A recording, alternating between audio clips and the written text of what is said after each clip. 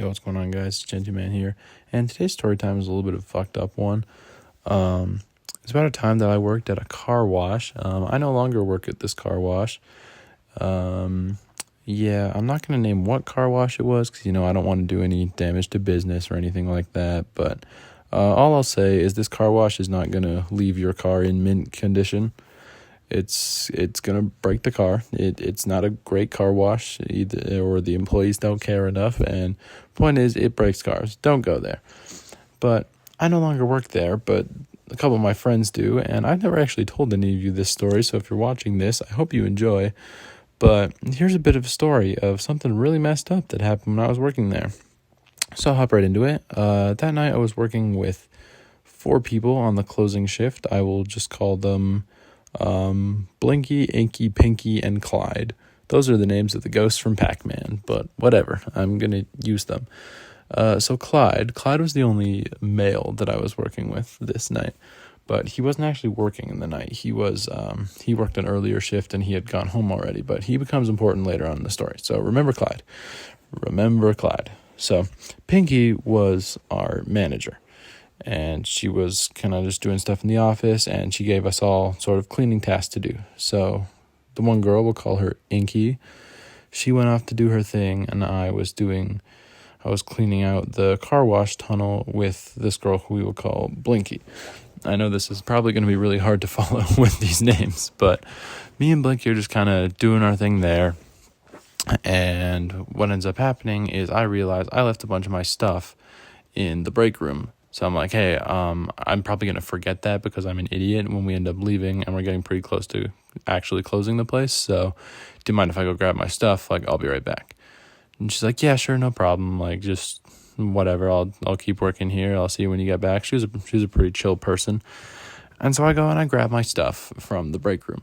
But the break room has a window in it. And I look out the window and I get a quick glimpse of literally a whole RV, like an entire RV just in the parking lot of the car wash, which is weird because we closed the parking lot. So me being me, I decided to go check this out because I thought my manager would have gone to see it by this point, but that has not happened. So I go and I walk up to the door of it because I try to see if someone is inside to tell them we are in fact closed. And even if we weren't, you can't bring a whole RV through the car wash. That's not really how that works. But I didn't see anyone in the driver's seat. But I did notice through the little crack in the door to get into the back of it that there was a light shining, and it looked like a kind of a weird light. So I decided to open it just a little bit, and it was all full of flames, not flames, but candles, and they're all just it was just full of candles in this little RV. And you know what an inside of an RV looks like? It looks like almost a house kind of, and it was very open, but it was just full of candles, and it was lit up with these candles. And there was one door, and it was the door to what is usually the bathroom in RVs. And so I walk over to that because I'm so curious at this point. I don't know what's going on. And I open the door, and in the bathtub of this bathroom, there is a red pentagram and, how do I put this? Sensitive images of my coworker, Blinky, who I was just in the tunnel with. Rather exposing images is how I will say this, just around this pentagram. So I'm like, okay, what the fuck? And I nope out of that immediately. And I run back in, hoping that no one noticed that I was even in there. And I go back into the tunnel, and I don't know how to explain what I just saw. And I'm just kind of doing my thing there. And what ends up happening is Inky, my coworker who was working elsewhere, says all right, once we get out, I have my ride's here, so I'm gonna go. I'll see you guys later. She goes, and I'm waiting for my dad to pick me up, but Blinky says oh, I don't have a ride. I'm gonna have to take the train home. I really hate taking the train. And Pinky, who is our manager at the time, says oh no, it's all good. Why doesn't everyone stay here and we can all go get shots over at the the pub. And I decline, and most people decline. But Blinky, my coworker, who I saw the pictures of in there, says like, yeah, sure, that sounds fun actually. I'll come do that with you. And so Pinky seems super excited. She's like, okay, cool.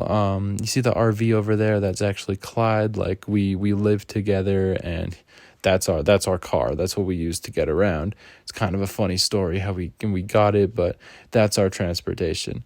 And this car wash is staffed with some pretty weird people, so it wasn't that big of a shocker to Blinky. So she's like, yeah, okay, that sounds good. And I don't know what to say. I want to say something because of what I saw in that RV, but I didn't know what to say. And I didn't know where Clyde was. I hadn't seen him this entire time. Like, he wasn't in the RV, or else he probably would have said something or done something when I was in it, but I hadn't seen him. And so I didn't know if he was in there or what the whole deal was, if he was actually involved in this. I still don't know to this day, to be honest with you. But I didn't know what to say. I wanted to help this scenario, but I was just so like concerned and like just frozen. I couldn't do anything. But luckily, and like thank literally everything for this, Blinky got a call. I believe it was from her mother, saying that like they were in town and they wanted to see her, and so she ended up canceling on Pinky and saying like, oh, it's okay, I gotta go see my mom, but maybe next time. And Pinky was like, oh, are you sure just quickly, but Blinky didn't end up going with her, which is good. I'm glad to hear that.